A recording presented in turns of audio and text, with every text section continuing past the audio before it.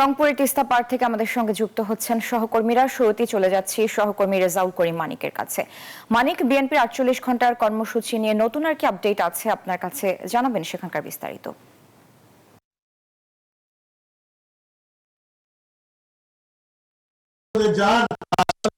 অবশ্যই জানেন, আজ সকাল থেকে শুরু হয়েছে বিএনপির কর্মসূচি। আপনাকে যদি বলি, এই মুহূর্তে রংপুরের গঙ্গাচড়া মহিপুরের পাশে বক্তব্য রাখছেন বিএনপির স্থায়ী কমিটির সদস্য সাবেক মন্ত্রী ইকবাল হাসান মাহমুদ টুকু।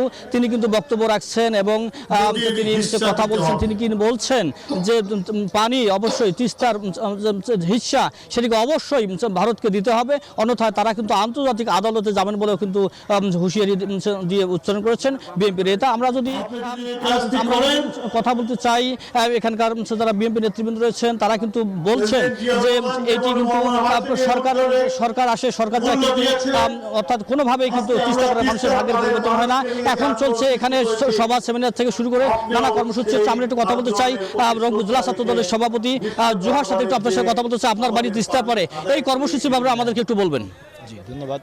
এই কর্মসূচি হচ্ছে জাগো বাহে তিস্তা বাঁচাই, অর্থাৎ তিস্তা বাঁচাই বলতে তিস্তা মরে গিয়েছে। তিস্তার আসলে যে রূপ, সেই রূপ আসলে নাই। তিস্তার নর্মাল যেটা ক্যারেক্টার বাংলাদেশের তিস্তার, সেটি হলো যে শুষ্ক মৌসুমে পানি থাকে না, অথচ আমাদের বন্যার মৌসুমে অর্থাৎ বর্ষাকালে যখন আমাদের পানি দরকার হয় না, তখন আমাদেরকে পানিতে ডুবিয়ে দেওয়া হয়। শুষ্ক মৌসুমে আমাদের কৃষকেরা আবাদ করতে পারে না। এখানে শুষ্ক মৌসুমে আমাদের যদি আবাদ এখানে না হয়, তাহলে এই অঞ্চলের মানুষ আসলে মঙ্গাপীড়িতই থেকে যায়। কাজে আমরা যদি শস্য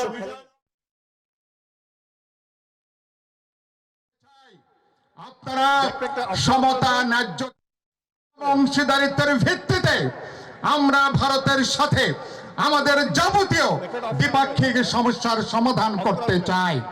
যদি সে পথে হাঁটতে চান, অনতি বিলম্বে আপনারা উজানে পানি দিয়ে যেভাবে বাংলাদেশকে, এই অঞ্চলকে যেভাবে আপনারা মরুভূমি বানিয়ে ফেলছেন,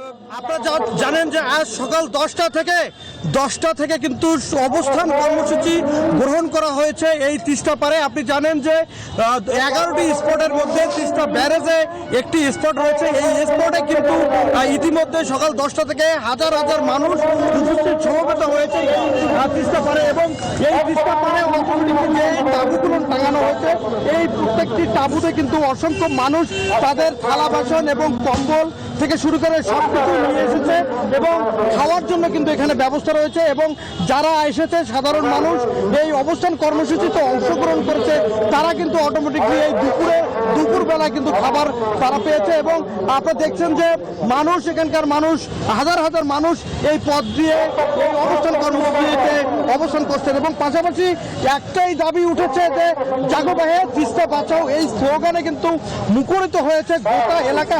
এবং এই তিস্তা পাড়ের মানুষের একটি দাবি, তিস্তা মহাপরিকল্পনা বাস্তবায়ন এবং তিস্তার পানি ন্যায্য হিস্যার দাবি আদায় হলে কিন্তু এখানকার মানুষের কর্মসংস্থান সৃষ্টি হবে, হাজার হাজার মানুষের হাজার হাজার একর জমির ফসল উদ্ধার হবে। এবং আমি স্থানীয় একজনের সাথে কথা বলতে চাই, আপনারা কি চাচ্ছেন? আমরা চাচ্ছি আমাদের যে এই জেলার যে আপনার যে জেলা সভাপতি অধ্যক্ষ আসাদুল দুলু ভাই, যিনি এই তিস্তা বাস্তবায়ন কর্মকর্তা প্রধান সমন্বয়কারী, ওনার উদ্যোগে এই প্রোগ্রামটা নেওয়া হয়েছে। আমি পাটগ্রাম থেকে এসেছি, আমরা পাটগ্রাম উপজেলা থেকে 10,000 লোক আজকে এই তিস্তা পাড়ে অবস্থান করব। আমরা নিজে খাবার নিজে সংগ্রহ করে এখানে এসেছি। আমরা চাই এখানে যে প্রতি বছর বন্যায় হাজার হাজার হেক্টর জমি আপনার ভেঙে যায়, এটা যদি না হয়, ভারত আমাদের প্রতিবেশী দেশ না, ভারত আমাদের শত্রু দেশ না হলে উনি এই মৌসুমে দেখেন কিভাবে তিস্তার চর পড়ে গেছে এবং বর্ষাকালে যে পানি ছেড়ে দেওয়ার কারণে আমাদের হাজার হাজার হেক্টর জমি নষ্ট হয়ে যাচ্ছে। ধন্যবাদ আপনাকে। আমরা সাইফুল ও মানিক দুজনকে ধন্যবাদ।